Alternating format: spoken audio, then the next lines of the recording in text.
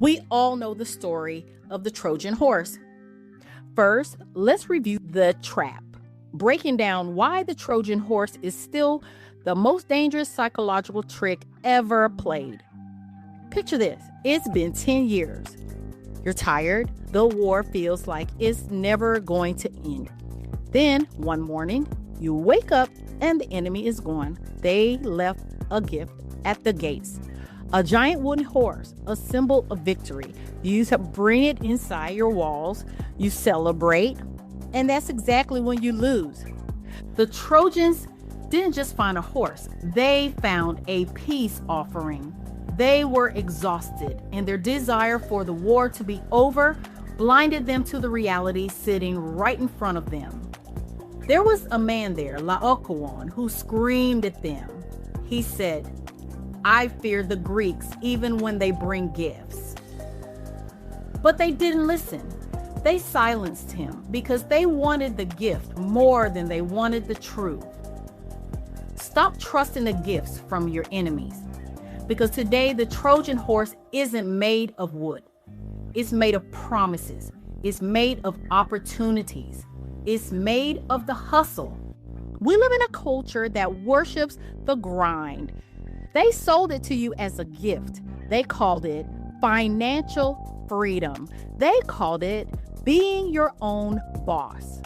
They told you that if you just sacrifice your sleep, your health, and your peace today, you'll own the world tomorrow. It looked like a trophy, so you dragged it right into the center of your life. But once it was inside, the soldiers came out. The freedom became a 24/7 work cycle that never lets you breathe. The independence became a cage of burnout where your self-worth is tied to a metric on a screen. The dream started eating your sleep, your family time, and your mental health. You think you're chasing a bag, but you're really just fueling a fire that's burning your own city down. We've become so obsessed with the gift of potential wealth that we've ignored the army of anxiety that came with it. We're working 80 hours a week to avoid working 40, and we call it winning. But look at your walls. Is your peace still intact, or have you let the enemy in because he dressed up as a dream? Why do we do this?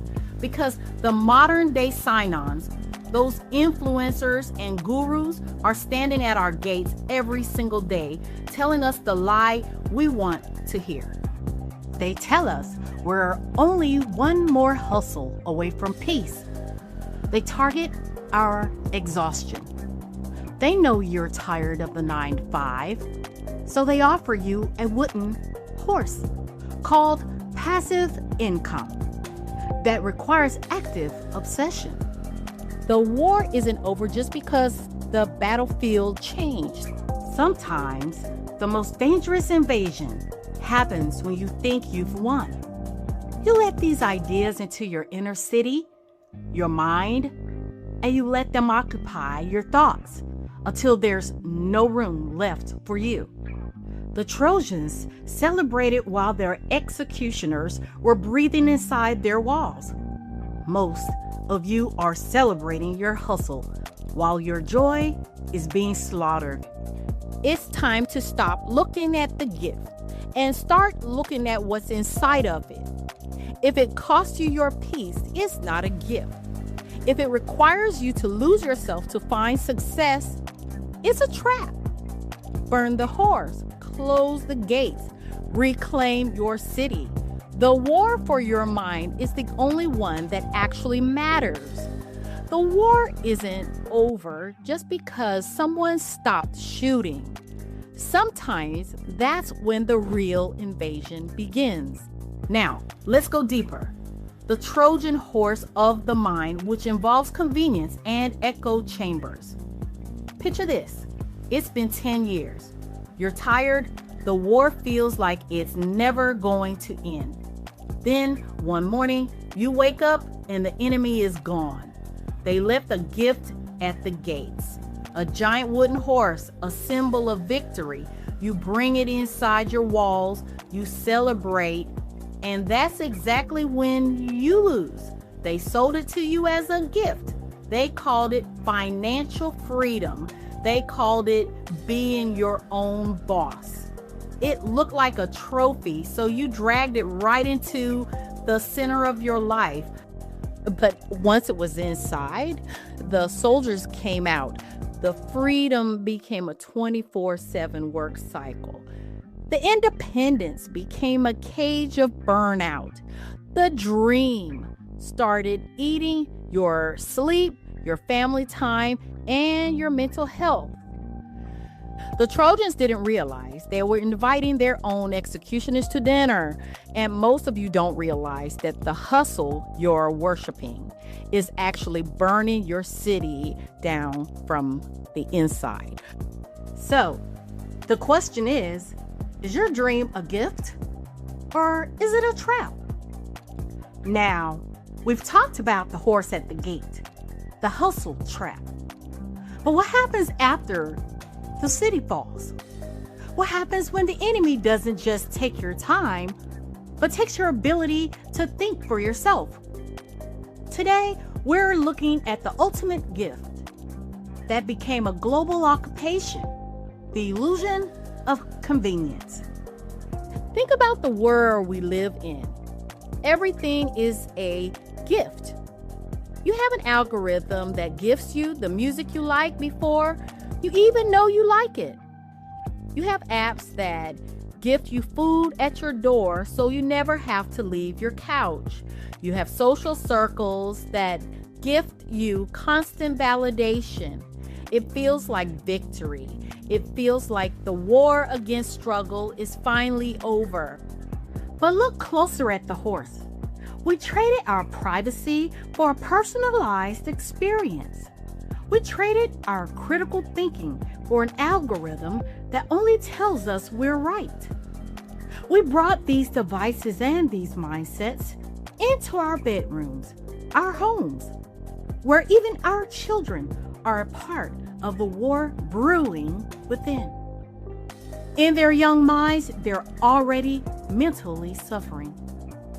We've allowed the horse 100% into our deepest thoughts, asking it questions, sometimes very personal questions that only humans should hear. And while we're sleeping in the convenience of it all, the soldiers crept in. You don't feel that? Surely at this point, there's very little the average person can do about it, but at least we're able to recognize it when it comes to our door, right? The most dangerous Trojan horse isn't a physical object, it's an echo chamber. It looks like a gift of community. It feels good to be surrounded by people and things that agree with you. It feels like safety. But once that mindset is inside your walls, it kills your curiosity. It slaughters your ability to see the other side. You aren't a citizen of a free city anymore. You're a prisoner of your own bias. And I'm afraid that we're the one who locked the gates. We, and that absolutely includes me, are becoming a society of Trojans who are too comfortable to notice the raid. We've outsourced our brains to Silicon Valley gifts. We've outsourced our peace to social media likes. We are so busy celebrating our connected world that we haven't noticed how lonely and divided we've actually become. I was looking out of the window into the park from my office. I can't tell you the last time I've seen kids play out there. In 10 years, there are fewer and fewer people even in the park. That doesn't feel natural. Society tells you that striving is a thing of the past. Big tech says, let us handle it. But every time you accept a gift that makes your life easier, ask yourself, what muscle am I letting atrophy? If you don't use your mind, someone else will use it for you. If you don't guard your attention, someone else will harvest it. Now, let's be clear. The Greeks didn't win because they were stronger. They won because they were smarter. They knew that if they could get the Trojans to choose their own destruction, the war was already over. And today, we are choosing the horse every single time we click accept all cookies without reading the fine print. Every time we stay in a group that never challenges us. Every time we choose the easy lie over the hard truth. So, how do you fight back? You start by questioning the free gifts. Free email, free AI tools, free downloads, etc. I mean, after all, it's free, right? Or so we think. You start by opening your gates to a thought that makes you uncomfortable. You start by realizing that convenience is often just a fancy word for control. The horse is already in the city. You can hear the soldiers moving in the dark. You can see the fires starting on the horizon. The question is, are you going to keep feasting? Or are you going to wake up and defend your mind? The war isn't over just because you're comfortable. In fact, that's usually when you're losing the most. The truth isn't convenient, but it's the only thing that will set us free. And finally, let's break down the internal evasion, which is the price of peace. We've deconstructed the wooden horse outside the gates. We've looked at the digital traps in our pockets. But now we go where the real war is won or lost. We're going inside the city walls. We're going inside your head. The Trojans had fought for 10 years. Imagine that. 10 years of waking up to the sound of swords, the smell of bronze, and the sight of an enemy that wouldn't leave. When they saw that horse, they didn't see a threat. They saw an end to the pain. That is the first layer of the internal Trojan horse, the false arrival. It's that moment in your life or your business where you say, I finally made it. I can stop looking at the horizon. I can let my guard down. The gift isn't the horse, people. The gift is the feeling of safety it provides. But true safety is earned, not gifted. If you didn't build the peace, you don't earn the peace. We let opportunities into our lives, partnerships, quick fix investments, come up quick, come up fast, little schemes, or even toxic habits, because we are exhausted from the fight. We value the appearance of victory over the reality of security. We have to do better. Ask yourself right now, what have you dragged into your living room just because you were too tired to keep fighting it at the gate? I'm tired of the 9 to 5, the day-to-day grind. I'm sick of it. I know. I get it. Now, let's take a look at the mechanics of the fall. The horse is inside. The party is over. The wine has done its job. The city is silent. This is the silent interval. Every Trojan horse has a timer. The Greeks didn't jump out of the horse the second the wheels stopped moving. They waited for the optimum moment of vulnerability. Look at the recent merger with TikTok. Users were losing their minds over the new policy changes. Some people have reported losing all of their data after building a channel that took years to build. Some have had their data hijacked by scammers, everything they worked for, all of their content wiped out. In your life, this looks like the comfort trap.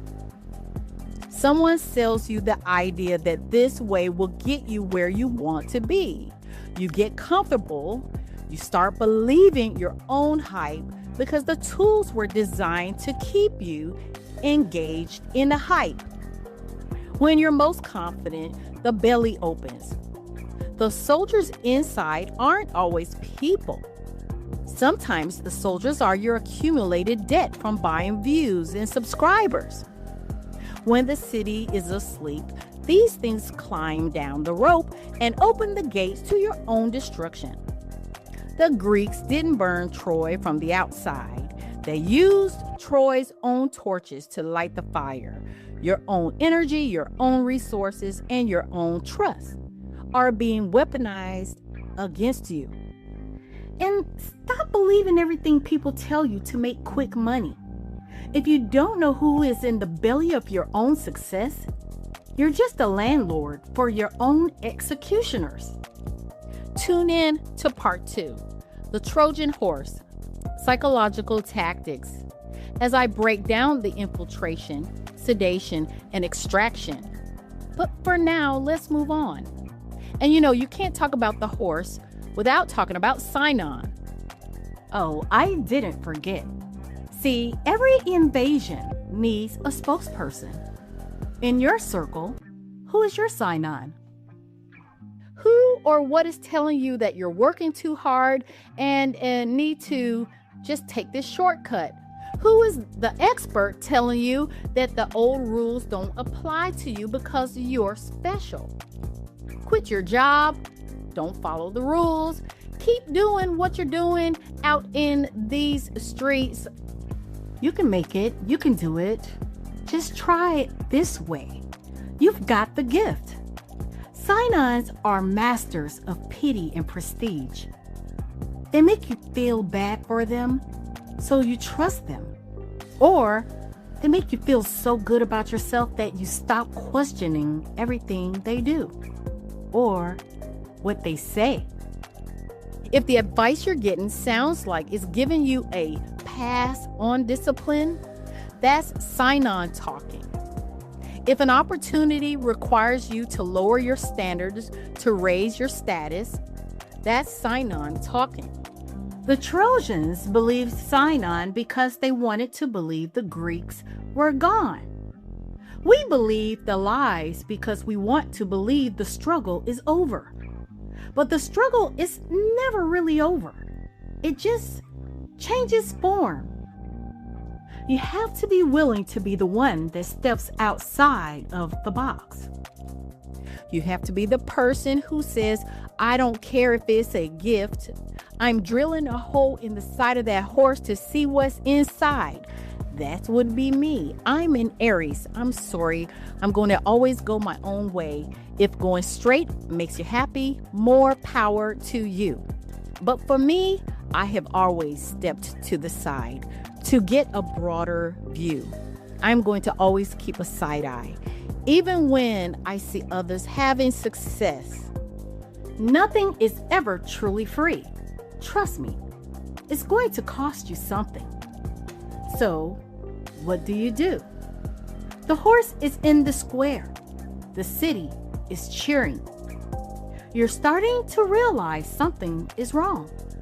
You burn it. You don't try to manage a Trojan horse. You don't try to negotiate with the soldiers inside. You set the wood on fire while they're still trapped in the belly. If that business partner or collaboration is draining your soul, end it today. Don't wait for the contract to expire. If that free software is selling your data, delete it. If that easy lifestyle is making you into someone you no longer recognize, maybe it's time to walk away. The recovery from a Trojan horse requires urgent change. You have to admit you were fooled. You have to admit you let your guard down. Most people would rather let their city, their homes, their livelihoods burn than admit that they've made a mistake bringing the horse inside. True story.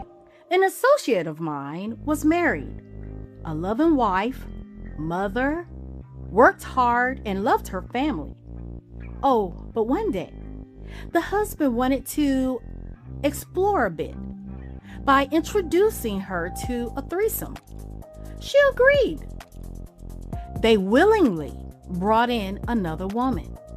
The Trojan horse was planted. Months later, her husband left her.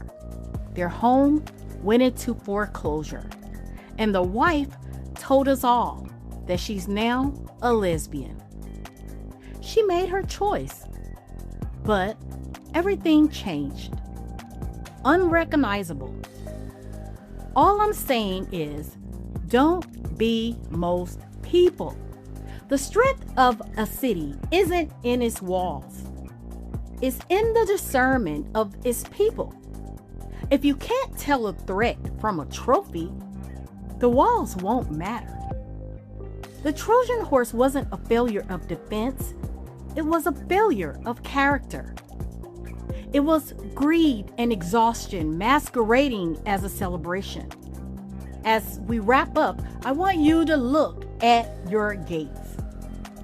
The war is constant. The Greeks are always out there, building something new, something free, something easy. Let them build. Let them leave their gifts. You stay on the wall. You keep your eyes on the horizon. And the next time a giant wooden horse shows up at your door, promising you something and everything for nothing, keep the gates closed. Until next time.